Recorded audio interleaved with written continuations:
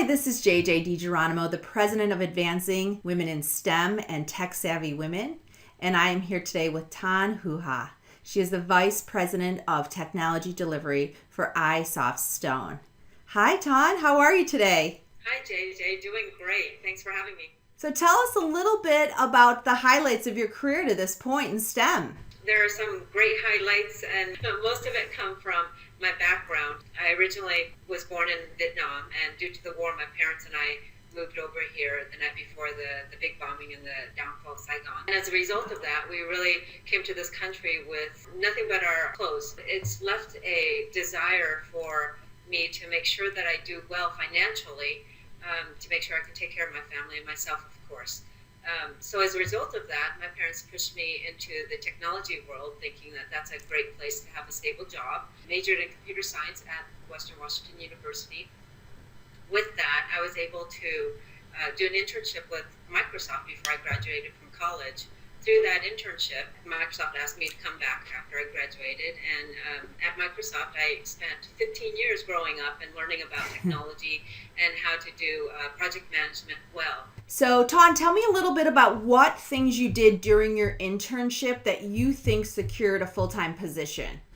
What I did during my internship to help me secure a job later on was a passion in what I'm doing. Even though it's new to me and I didn't know anything that I was doing, to be quite honest, they had to teach me almost everything.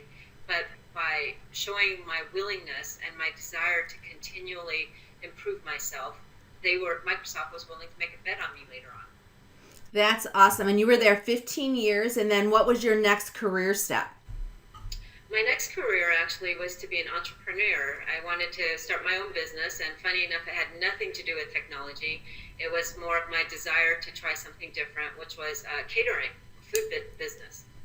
That's wonderful. It's great to know you've stepped out, and you obviously have stepped in. So how was that transition back into the tech world? It was very easy.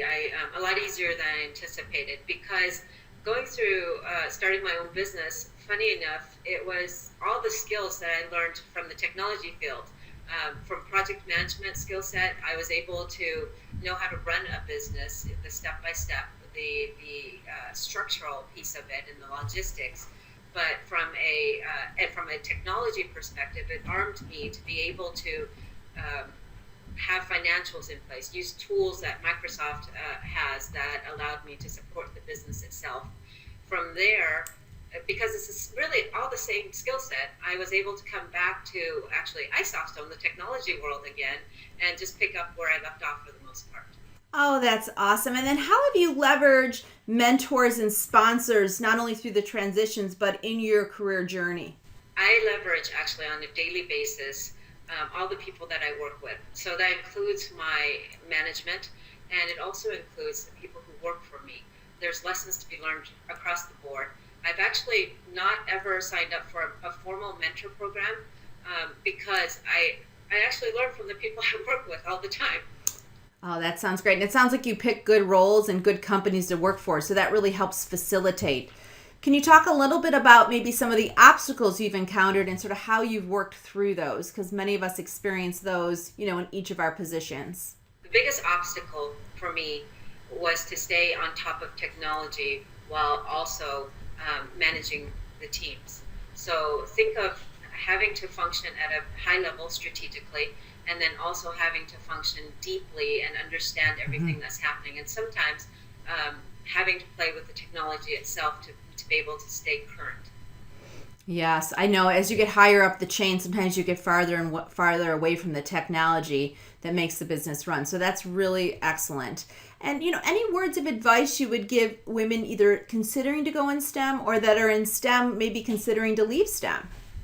I actually would highly encourage women to enter STEM.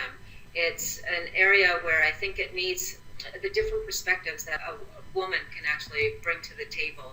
Oftentimes in technology, we are working with a bunch of men, and as you would have it, men are very structural thinkers, less so about building a team, for instance, as an example. As women, we can bring that to the table and help with collaboration.